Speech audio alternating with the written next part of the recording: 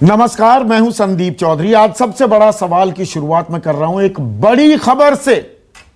खबर यह है कि हम कोरोना के खिलाफ जंग जीत गए हैं। जी हां, हम कोरोना के खिलाफ जंग जीत गए हैं। ये लड़ाई हमने जीत ली है। आप कहेंगे कि संदीप चौधरी पगला गए हो क्या? क्या कह रहे हो? 82,000 से ऊपर आंकड़ा पार कर चुका है। चीन से भी आगे अब हमारा आंकड़ा हो गया है। तीसरा लॉकडाउन खत्म होते होते हम लाख के करीब पहुंच जाएंगे और आप कह रहे हैं कि कोरोना के खिलाफ हमने लड़ाई जीत ली। जी हां, ये मैं कह रहा हूं और कह किस लिए रहा हूं, लगता ऐसा ही है। जो संकेत मिल रहे हैं, जिस तरह की बयानबाजी हो रही है, ऐसा लगता है कि लड़ाई तो खत्म हो गई, जीत ली हमने। क्योंकि अब लड़ाई किस बात पर हो रही है? कोरोना के खिलाफ लड़ाई नहीं, लड़ाई इस बात पर हो रही है कि जो मजदूर अपने घर जाना चाहते हैं, ट्रेन के जरिए जाना चाहते हैं, तो केंद्र सरकार कह रही है राज्य सरकार नहीं लेना चाहते। खास कांग्रेस शासित जो राज्य हैं और पश्चिम बंगाल भी जोड़ दिया जाता है। रेल मंत्री ये बयान दे रहे हैं कि हम भेजने को तैयार हैं मजदूरों को, लेकिन ये लोग लेने को तैयार नहीं। फिर बाकायदा पूरी तफसील के साथ कि हमने 1,16,92,530 रुपए, समझिए इस बात को, यह पूरा चिट्ठा जारी करते हैं भूपेश बघेल, छत्तीसगढ़ के मुख्यमंत्री। 1,16,92,530 रुपए हमने दे दिए हैं रेलवे को। हम तो चाहते हैं और ट्रेनें चलें। ये युग, ये संकट काल, ये संक्रमण काल, हम बातें कर रहे हैं 20-20 लाख करोड़ के राहत पैकेज की, और मजदूरों के नाम पर कि हमने 1,16,00,000 रुपए खर्च कर दिए, इस बात की भी ताल ठोकी जा रही है। इस पर भी तालियां बटोरने की कोशिश की जा रही है। और साथ ही साथ ये तो रेल मंत्री और मुख्यमंत्री की बात हो गई। मैं अभी हेमंत सोरेन का भी आपको बयान सुनवाने वाला हूं। एक और राष्ट्रीय प्रवक्ता, बीजेपी के राष्ट्रीय प्रवक्ता हैं, वो हिंदू मुसलमान भी कर देते हैं। वो कहते हैं कि नहीं, ममता बनर्जी अपने राज्यों में ट्रेन को आने नहीं दे रही, पर हां, जो अजमेर में फंसे हुए लोग हैं, जो जियारत करने गए थे, मतलब मुसलमान थे, उनको लाने में बड़ी दिलचस्पी है। तो ये हाल है हमारा। कोरोना की लड़ाई जीत ली ना हमने, तो हम बाकी बातों पर लड़ने लग गए हैं। ये आलम है। बयान सुनिए, फिर चर्चा करेंगे। हमने 1200 ट्रेनें रिजर्व कर दी हैं, उनको बाकी कामों से निकाल के 1200 ट्रेन सिर्फ प्रवासी मजदूरों को अपने घर तक पहुंचाने के लिए रखी हैं, जिससे रोज हम 300 ट्रेनें शुरू कर सकते हैं रोज। लेकिन कई ऐसे राज्य हैं, पश्चिम बंगाल, छत्तीसगढ़, राजस्थान, झारखंड, जहां से बहुत ही कम परमिशन, बहुत ही कम ट्रेनों के लिए परवानगी मिल रही है। इतनी वरिष्ठ मंत्री होके इतना सफ़ेद झूठ बोलेंगे, ये उम्मीद मैंने पीयूष गोयल जी से नहीं किया था। ये बेहद दुर्भाग्यजनक है कि देश के शीर्ष में बैठे हैं और जिम्मेदार मंत्री हैं और इस प्रकार से बयान करेंगे, ये उम्मीद मुझे नहीं थी। इनसे पूछिए कि क्या इन लोगों ने अपने विवेक के अनुसार मजदूरों के लिए ट्रेन का प्रारंभ क्या इन लोगों ने अपने स्तर पर किया, कि हम लोगों के लगातार प्रधानमंत्री जी के आग्रह मौखिक रूप से, लिखित रूप से करने के बाद दिया? और यह हालत तब है दर्शकों, जबकि इतनी तस्वीरें, इतनी खबरें सामने आ चुकी हैं। लगातार हम दिखा रहे हैं, कार्यक्रम के दौरान भी तस्वीरें दिखाऊंगा। मजदूर फंसे हुए हैं, पैदल जा रहे हैं, दिल का दौरा पड़ रहा है, सांस तोड़ देते हैं, भूखों दम तोड़ देते हैं। कोई ट्रेन में लदा हुआ है, ट्रेन नहीं मिल रही तो ट्रक में जा रहा है, पैदल चल रहा है, साइकिल पे जा रहा है, तिपहिए पर जा रहा है, ऑटो में जा रहा है, कोई रेल के नीचे आकर कट रहा है। और यहां पर हम राजनीति कर रहे हैं। और अब तक पिछले 2 हफ्तों में 1,000 श्रमिक ट्रेनें चली हैं, 12 लाख मजदूर गए। सिर्फ बिहार की बात करें ना, वहां पर 28 लाख लोगों ने खुद को रजिस्टर किया कि हम अपने घर वापस जाना चाहते हैं। 12 लाख मजदूर वापस गए। और बिहार में ही 1 करोड़ से ऊपर है। कुल मिलाकर 4 करोड़, आंकड़े अलग अलग हैं, 4 करोड़ से 6 करोड़ मजदूर वापस घर जाना चाहते हैं। कुछ कहते हैं यह आंकड़ा 10 करोड़ तक भी है। लेकिन हम राजनीति से ऊपर उठने को तैयार नहीं हैं। ऐसे में आज का सबसे बड़ा सवाल, मजदूर सड़क पर, राजनीति चरम पर, और कोरोना काल में क्या है रेल का खेल। चर्चा में मेरे साथ बीजेपी के राष्ट्रीय प्रवक्ता नलिन कोहली, कांग्रेस की राष्ट्रीय प्रवक्ता सुप्रिया श्रीनेठ, टीएमसी के नेता शुभांकर भट्टाचार्य और एलजेपी अहम घटक है मोदी सरकार की, उनके नेशनल वाइस प्रेसिडेंट और मुख्य प्रवक्ता ए.के. वाजपेयी मेरे साथ जुड़ चुके हैं। तो नलिन, जिस बयान से मैंने शुरुआत की वही मेरा सवाल है। मतलब कोरोना से तो लड़ाई हम जीत गए, तो अब आपस में लड़ लेते हैं, अब थोड़ी राजनीति करते हैं। कांग्रेस बीजेपी की राजनीति, हिंदू मुसलमान की राजनीति, अब राजनीति कर लेते हैं, कोरोना को तो हरा दिया। यही हाल है ना? आपका आकलन हो सकता है संदीप जी, आपका अधिकार भी है, लेकिन राजनीति असाइड मजदूरों की जो और श्रमिकों की जो माइग्रेंट लेबर है उसको लेके जो फैक्ट्स हैं उसको अगर आगे रखा जाए तो वो राजनीति कैसे? क्योंकि लगातार भाजपा के ऊपर में आरोप लग रहे कि भाजपा केंद्र सरकार कुछ कर नहीं रही। तो जब रेल मंत्री पीयूष जी आते हैं, बताते हैं कि 1000 ट्रेन हो गए और उसमें से 12 लाख लोग आज अपने घर पहुंच गए या राज्यों में पहुंच गए, तो वो जब फिगर्स दे रहे हैं तो ये क्या राजनीति? यूपी नहीं, ये फिगर्स से मुझे कोई दिक्कत नहीं है, फिगर तो मैंने भी दी नलिन। वो ये कह रहे हैं और खास नाम लेकर कह रहे हैं नलिन कि छत्तीसगढ़, राजस्थान और बंगाल वाले ट्रेन चलाने को तैयार नहीं है जी। वो सीधा आरोप लगा रहे हैं। हाँ, तो मैं वही आपको समझा रहा था और मेरा ये बयान खत्म हो जाए तो उसमें ये आपका जवाब अपने आप ही आ जाएगा। 486 ट्रेन यूपी अकेली गई हैं, 254 बिहार, छत्तीसगढ़ में 2 और बंगाल में 9। तो पहले समझिए ट्रेन चलते कैसे ये, जिस राज्य में लोगों को पहुंचना है, मतलब डेस्टिनेशन स्टेट, मतलब किस कोई व्यक्ति को बंगाल जाना है तो बंगाल को ट्रेन की परमिशन मांगनी पड़ती है कि ट्रेन चलाइए, लिखना पड़ता है कि रेलवेज को आप ट्रेन चलाइए। कब लिखना पड़ता है? जब भेजने वाले राज्य से उनकी बात हो जाती है, 2 राज्य तय करते हैं तो फिर ट्रेन चलती है। तो बंगाल में अगर 2 ट्रेनें आज तक पहुंची, 9 पहुंची, या छत्तीसगढ़ में 2 पहुंची, इसलिए क्योंकि बंगाल ने कभी ट्रेन मांगी नहीं। फिर ममता जी कह रही है 105 चलाएंगी हम, वो है 30 जून तक। आप खुद बता रहे हैं कोई आंकड़े 4 करोड़ है, तो यूपी में कैसे 486 पहुंच गए? और बिहार नहीं, पर यहां पर जो आप छत्तीसगढ़ की बात कर रहे हैं, मैं सिलसिलेवार तरीके से चलता हूं ताकि कोई दर्शकों के मन में कंफ्यूजन ना हो। आप कह रहे हैं कि वहां पर 9 ट्रेनें चली, यहां पर बाकायदा ये 14 ट्रेनों का कि जो पैसा दे दिया 1,16,92,530 की, हमने 30 ट्रेन की इजाजत मांगी थी, हमें 14 की ही मिली है। भूपेश बघेल कहते हैं कि रेल मंत्री जी आपका बयान तथ्यहीन और आधारहीन है। टोटल ट्रेन्स कितनी है?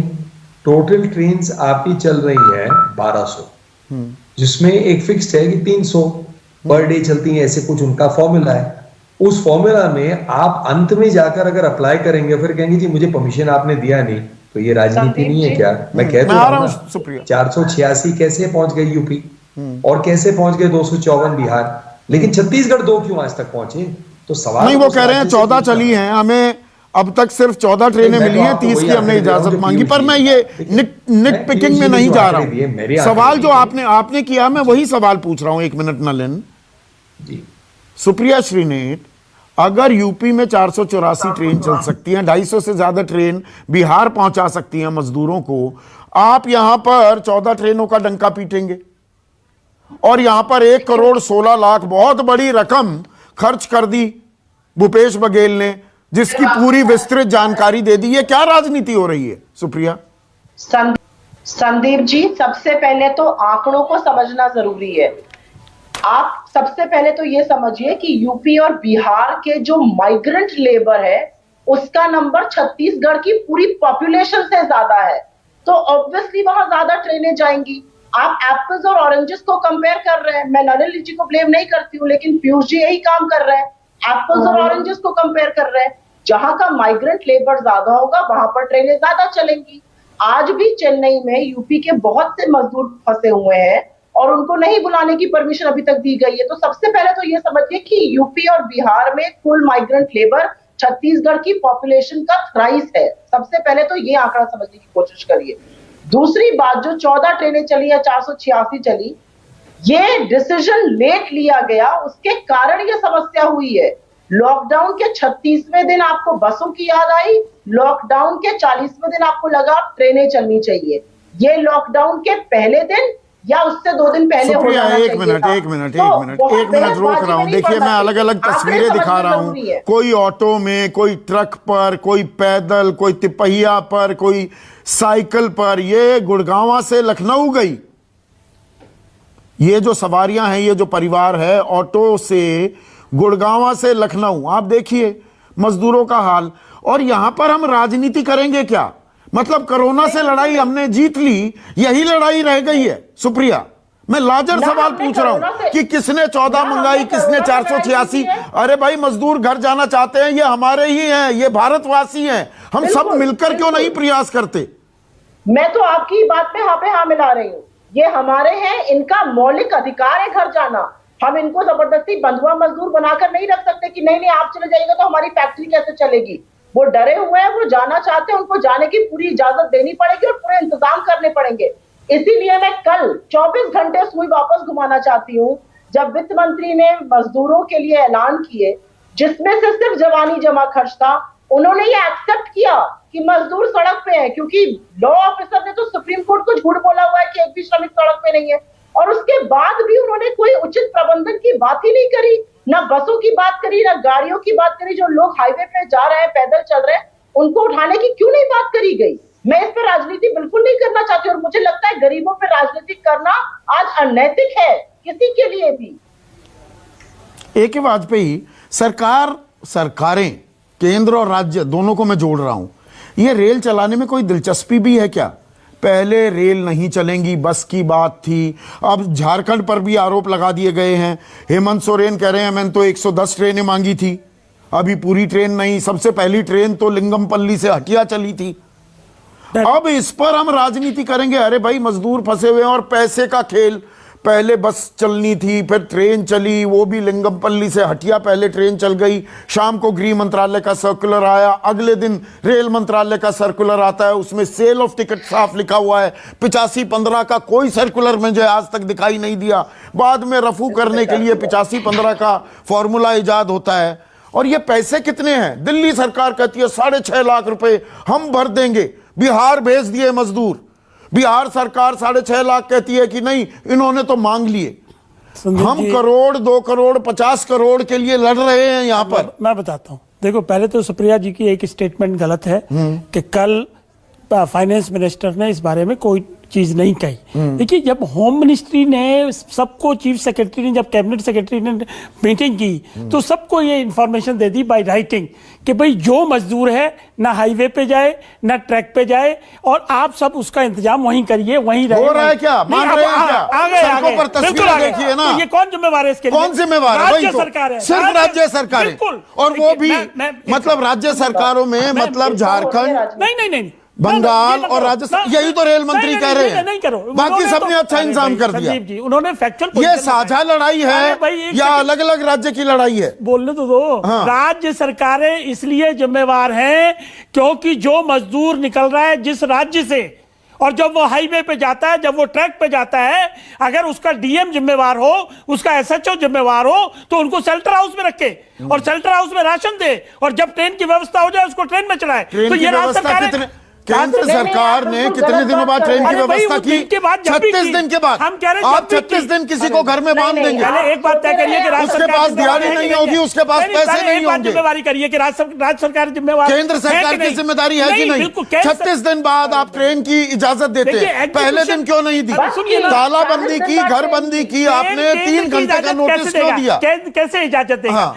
किसी राज्य में जब मजदूर इनरोल कराएगा अपने को, वहां से जब लिस्ट जाएगी तो ये requisition काम- जाएगी, तो तब हम देंगे। ये काम तो 24 राज्य मार्च सरकारों को ने क्यों करना नहीं है। किया गया? राज्य 36 सरकारों ने दिन बाद करना है। को याद आता है। नहीं, संदीप जी कंफ्यूज न करिए। नहीं, मैं confuse नहीं आप एक करता बात से तय हूं। कभी करिए confuse कि नहीं ये करता हूं। राज्य सरकारों की जिम्मेवारी पहले है, इसमें कोई दो राय नहीं है। वाह। राज्य सरकारें जो सड़क पे मजदूरों के साथ हादसे हो रहे हैं, ये भी उनकी जिम्मेवारी है। ये इस तरह से मजदूरों को जो ट्रेन में नहीं मिल पा रहे, पैदल जा रहे हैं, ये भी राज्य सरकारों की जिम्मेवारी है। शुभंकर मैं इसको भट्टाचार्य, distinguish नहीं आप करता। ताली बजा रहे हैं, पर राज्यों की जिम्मेदारी कैसे नहीं है? Yes. पश्चिम बंगाल अब बिल्कुल ठीक कहा है यहां पर नलिन कोहली ने।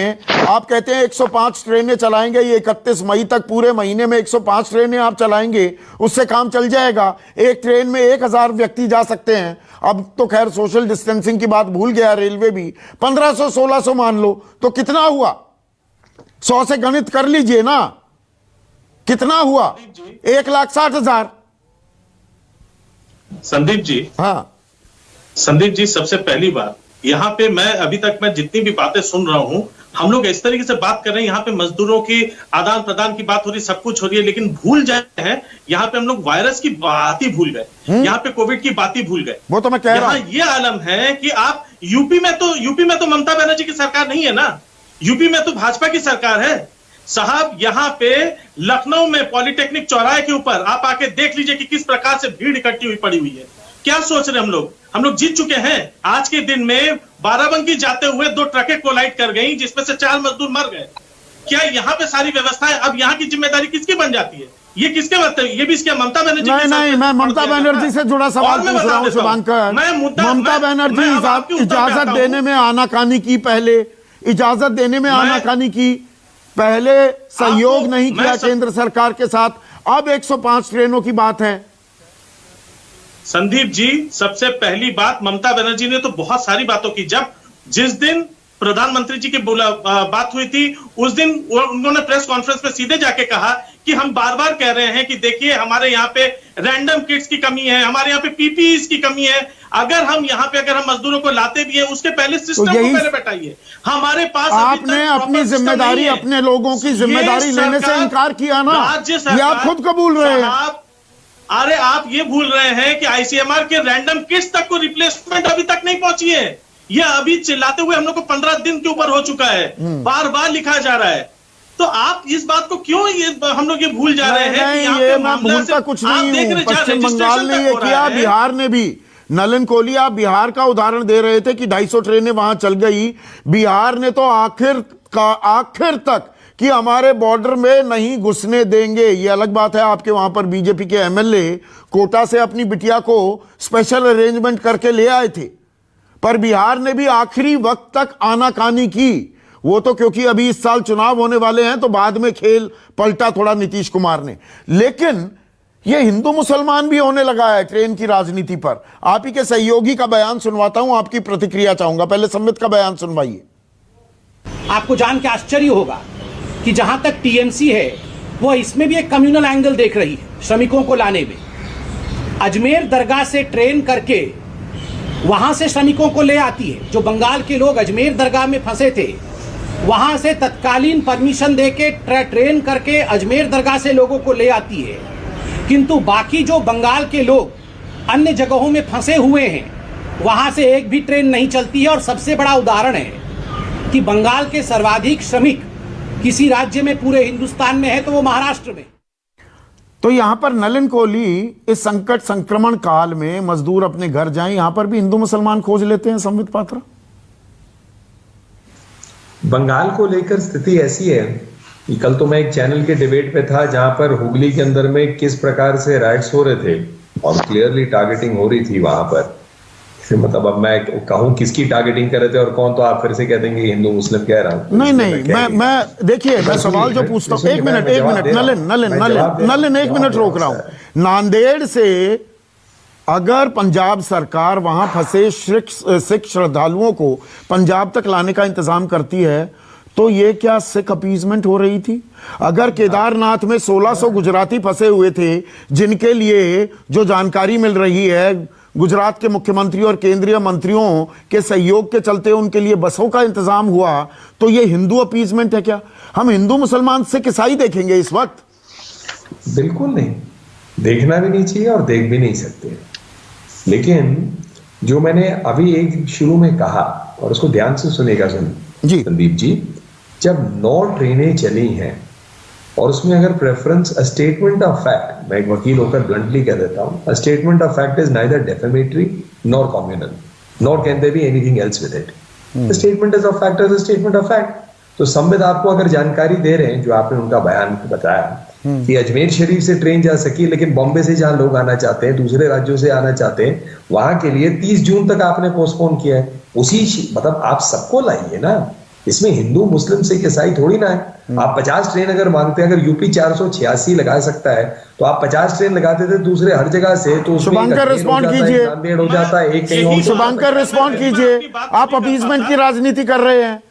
ये इसी बात पर मैं आ रहा हूं, क्योंकि मुश्किल क्या है, ना संबित पात्रा जी को पता है और शायद कोहली जी ने भी इस बात को शायद नहीं पता कि जब अजमेर शरीफ की दरगाह की बात आती है, वहां हिंदू भी जाते हैं, मुसलमान भी जाते हैं। शायद इनको इस बात का ना पता हो। और रही बात क्यों महाराष्ट्र से नहीं मंगवाया जा रहा था, उसका कारण भी मैंने आपको बताया कि महाराष्ट्र से जाने वाले सबसे ज्यादा मजदूर जो बिहार तक में पहुंचे थे, उसमें सबसे ज्यादा कोविड के पेशेंट पाए गए। तो इस बारे में बार बार वो कह रही है कि वहां पे हम लोग फिल्ट्रेशन कैसे करेंगे, जब आपने हमारे अभी तक कोई बकाया हमारे फंडिंग की पूरी रुकी पड़ी हुई है, ना आप हमको व्यवस्था दे रहे हैं। हम किस प्रकार से रोकेंगे, कैसे स्क्रीनिंग की जाएगी, कैसे फिल्टर किया जाएगा, उसका भी तो रास्ता दें। सबसे ज्यादा जब हमको पता है कि महाराष्ट्र में 20 सेकंड सिर्फ नलन, आपको 20 सेकंड दूंगा, छोटे छोटे बुलेट पॉइंट्स में दोनों बातें। पहली बात कि मैं भी अजमेर शरीफ दरगाह गया हूं, हर वर्ग के लोग जाते हैं, इसकी बात नहीं है। लेकिन जो ये पूरा कॉन्टेक्स्ट है कि क्या क्या हो रहा है बंगाल में, उस कॉन्टेक्स्ट में उन्होंने शायद कहा। दूसरी बात, मैं आपकी जानकारी के लिए उड़ीसा में बहुत लोग बॉर्डर से जो आए बंगाल से वहां आए, इसीलिए थोड़ा सा आप देखिए कोविड को लेके हर दिक्कत जो बंगाल से क्यों है। आपको भी तो कोई आत्मचिंतन करना पड़ेगा ना कि हर चीज बंगाल पे क्यों आ जाती है। नहीं, इतना अच्छा काम कर रहे होते तो कौन दोष ढूंढता। नहीं, पर ये हर बात हिंदू मुसलमान पे क्यों आ जाती है सुप्रिया श्रीनेत? अगर मैं ये सवाल पूछूं, हर बात हिंदू मुसलमान पर घूम के आ जाएगी। कोरोना से तो हम जीत ही गए हैं, है ना। अब हिंदू मुसलमान कर लेते हैं, अब हम केंद्र वर्सेस राज्य कर लेते हैं। लड़ेंगे, मिलकर लड़ेंगे, तब जीतेंगे ना, ऐसे जीत जाएंगे हम। ये तो संदीप जी मैं पहले दिन से कह रही हूँ कि ये लड़ाई ऐसी भयावह लड़ाई है कि केंद्र और राज्य सरकारों को सामंजस्य बनाकर ही लड़ना पड़ेगा, तब जीती जाएगी। और सबसे ज्यादा भयानक होगा अगर हम अर्ली विक्ट्री डिक्लेयर कर देंगे। अगर किसी को भी लगता है कि हम कोरोना की लड़ाई इतनी सी भी जीत गए हैं, तो वो मुगालते में जी रहा है। आज हमारे नंबर्स चाइना को क्रॉस कर चुके हैं, हमारे यहाँ डेथ रेट 3% बना हुआ है, रिकवरी रेट ठीक है बेटर हो रहा है, लेकिन नंबर भी सतत बढ़ रहे हैं। जिस दिन लॉकडाउन अनाउंस किया गया था, और मैं नलिन जी से सिर्फ एक बात कहना चाहूंगी कि शायद अनफेयर है हम उनको संबित की बात को डिफेंड कर रहे हैं, क्योंकि संबित पात्रा हमेशा विषाक्त बोलने वाली बात करते हैं, और ये तो हर आदमी को इसको कंडेम करना चाहिए। इस समय भी अगर आप कम्युनल कलर दे रहे हैं तो ये गलत बात है। लेकिन मेरा सिर्फ ये कहना है कि जिस दिन आपने लॉकडाउन लगाया था, उस दिन 525 इन्फेक्शन केसेस थे। 36 दिन बाद आपको एकदम से याद आता है कि अरे भाई बड़ी आफत हो रही है, स्टेट्स के पास तो संसाधन नहीं है, हम उनको पैसे दे नहीं रहे हैं, वो माइग्रेंट्स को रख नहीं पाएंगे, तो चलो बसें चलाई जाएं। बसें चल नहीं सकती हैं तो आप कहते हैं चलो अब ट्रेन चलाई जाएगी 40 दिन बाद। तो 40 दिन बाद तो इन्फेक्शन काउंट 45,000 50,000 पे पहुंच गया था, तो ये तो और भी ज्यादा प्रॉब्लमैटिक था। आपको तो उनको पहले ही कम इन्फेक्शन टाइम पे निकाल देना चाहिए था। और मेरा सिर्फ ये मानना है कि ये बैटल हम तभी जीत सकते हैं जब हम ये तू में केंद्र वर्सेस नहीं, ये तू मैं क्यों हो रही है? अब इससे जुड़ा आखिरी सवाल मैं AK वाजपेयी आपसे सिलसिला शुरू कर रहा हूं।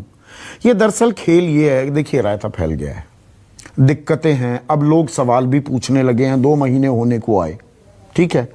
तो अब खेल दरअसल ये हो गया है क्या कि केंद्र ये दिखा रहा है कि हमारी गलती नहीं, राज्यों ने ऐसा किया, राज्य ये दिखा रहे हैं हमारी गलती नहीं। अरे भाई किसी की गलती नहीं, ये कोई लेकर नहीं आया, कोई ना केंद्र सरकार ना राज्य सरकार कोरोना लेकर आई है। ये एक आपदा थी, अब इसका निवारण सबको निकालना है, लेकिन यहां पर सब अपनी जिम्मेदारी से पल्ला झाड़ रहे हैं। कहीं ना कहीं सबकी जिम्मेदारी है। देखिए जहां तक ये जो सबकी जिम्मेदारी है, मानते हैं आप ये बात? मानते हैं, लेकिन ये भी फैक्ट है कि जो ये सीन आपको दिख रहा है, मैं फिर वही बात को रिपीट करूंगा, ये राज्यों की वजह से है। Please understand. ये कौन सी बात हुई? मैं उसमें बीजेपी के राज्य को भी कहता हूं, मैं खाली कांग्रेस को ब्लेम कर रहा। ये राज्यों की जिम्मेवारी है। तो केंद्र की जिम्मेदारी कैसे नहीं? जैसे सीमा बनी होती है कि इस नहीं, केंद्र पर आप इतने सॉफ्ट क्यों हैं? संदीप जी, सॉफ्ट सबसे इसलिए हूं, पहले हाँ। लॉकडाउन को क्या सिस्टमैटिकली नहीं किया जा सकता? क्या हम इसको 3 घंटे का टाइम दिया, कैंपिंग क्यों नहीं लोग की पहुंच गई? नहीं पाए। मजदूरों के लिए ये जो कितनी घूम कैंपिंग रहे की हैं गई? इनको मौका दे देते। ये जो भाषा है ना कि 3 घंटे का टाइम दिया। बिल्कुल हकीकत है। अरे राहुल गांधी को छोड़िए ना, मैं सीधा सवाल पूछ रहा हूँ। खाने-पीने के इंतजाम करके ना 3 घंटे का टाइम दिया कि नहीं दिया? 8 बजे 24 मार्च को प्रधानमंत्री आए ना, 8:29 तक भाषण चला, 12 बजे लॉकडाउन। ये कोई तैयारी से ये कार्यक्रम नहीं हो सकते। हाँ। इतनी भयावह स्थिति तो 40 दिन बाद खोल दिया, तब ट्रेन चला दी। लाखों में जाता। देखिए अब सब चीजें जब तैयार हो गई, सब चीजें सिलसिला बन गया, अब एक दिन हो गई तो धीरे धीरे खोला जा रहा है। और आप भी बार बार अपने शो में कहते थे कि इकोनॉमी का क्या करोगे? वो तो मैं कहता हूँ, वो तो मैं कह रहा हूँ, तो पैकेज ऐसा क्यों ला रहे हो? वो हर सवाल पूछा जाएगा। अभी समय नहीं है सवाल पूछने का। सवाल ये सरकार नहीं बताएगी। हम उन पत्रकारों में से नहीं है कि किसी से ये पूछेंगे कि अब वक्त आ गया क्या सवाल पूछने का। सवाल पूछा जाएगा और सबसे पूछा जाएगा। हम सबसे सवाल पूछते हैं। लेकिन नलन, ये जिम्मेदारी से पल्ला झाड़ने का खेल हो गया है क्या? हर कोई ये चाह रहा है कि भाई देखो मैं जिम्मेदार नहीं, दूसरे की गलती है। खेल ये हो गया है क्या? ये सबकी लड़ाई है, सबकी जिम्मेदारी है। बिल्कुल बिल्कुल, बेशक। कैसे हो सकता है? भारतीय नागरिक है भाई, इंसान है, दोनों है। पहले इंसान फिर भारतीय नागरिक, उसके बाद वोटर किसी को भी वोट दे, उनका अधिकार है। ये थोड़ी ना देखा जाएगा। लेकिन इस बात को हम देखें कि जो वस्तु स्थिति है, जहां पर कोऑर्डिनेशन हो भी रहा है, ऐसा नहीं है क्या मुख्यमंत्री प्रधानमंत्री जी के साथ जब बात होती है एक अच्छे रूप से नहीं होते। कई वीडियोस आए बाहर अलग अलग मुख्यमंत्रियों की, कांग्रेस शासित राज्यों के आए, बड़ी तहजीब से, शांति से, इत्मीनान से अपने प्रॉब्लम्स डिस्कस हो रहे हैं, सॉल्यूशंस ढूंढे जा रहे हैं। हाँ। ऐसी बात नहीं है। इस पर ये इशू है कि जो ट्रेन की प्रक्रिया, उसका करने का तरीका नहीं, आपने अहम बात कही। बहुत जगह पॉजिटिव इनपुट्स भी आ रहे हैं। सुप्रिया, आखिरी सवाल आपसे, क्रिस्प जवाब चाहूंगा। इनपुट्स भी अच्छे आ रहे हैं, लेकिन जब इस तरह के आरोप प्रत्यारोप होते हैं तो तलखी होती है ना, देयर इज बैड ब्लड। तो कोऑर्डिनेशन में कमी आएगी केंद्र और राज्यों में। मुझे ऐसा लगता है कि सारी राजनीति देश में गरीबों पर ही खेली जाती है, अमीरों के लिए बिल्कुल अलग रूल है। और मैं फिर से ये बात वाजपेयी जी से भी कहना चाहूंगी कि ऐसा क्यों है कि इस चीज की प्लानिंग नहीं हो सकती थी, लेकिन बाहर से लोगों को हवाई जहाज से लाने की प्लानिंग हो सकती थी। तो मैं उंगली उठाने का काम नहीं कर रही हूँ। मैं जानती हूँ कि ये भयावह शत्रु है, सबको साथ मिलकर लड़ना है, लेकिन इस तरह की नुक्ताचीनी करके लड़ाई नहीं करी जा सकती जिसमें गरीब सफर करे। ये बीमारी गरीब नहीं लाए थे देश में, ये अमीर हाईफ्लाइन लोग लाए थे, जिसका खामियाजा आज गरीब भुगत रहा है सड़कों पे चल के। और तो इसीलिए अब मैं हकीकत कहना चाहूंगा, जो कार्यक्रम में मैंने शुरुआत की, कोरोना से जंग हम जीते नहीं हैं और कोरोना को हो सकता है हम हरा भी ना पाए। ये हमारी जिंदगी का अभिन्न हिस्सा बन जाए, हमें इसके साथ जीना सीखना पड़े। ये न्यू नॉर्मल हो सकता है और ऐसी व्यवस्था में आरोप प्रत्यारोप से कुछ नहीं होगा। कोई भी, चाहे वो केंद्र सरकार हो, राज्य सरकार हो, वो कोरोना लेकर नहीं आए। ये एक पैंडेमिक है, वैश्विक महामारी है और इससे हम सबको मिलकर ही लड़ना होगा। एक दूसरे पर टीका टिप्पणी, आरोप प्रत्यारोप, उंगली उठाते रहेंगे तो इस लड़ाई को हम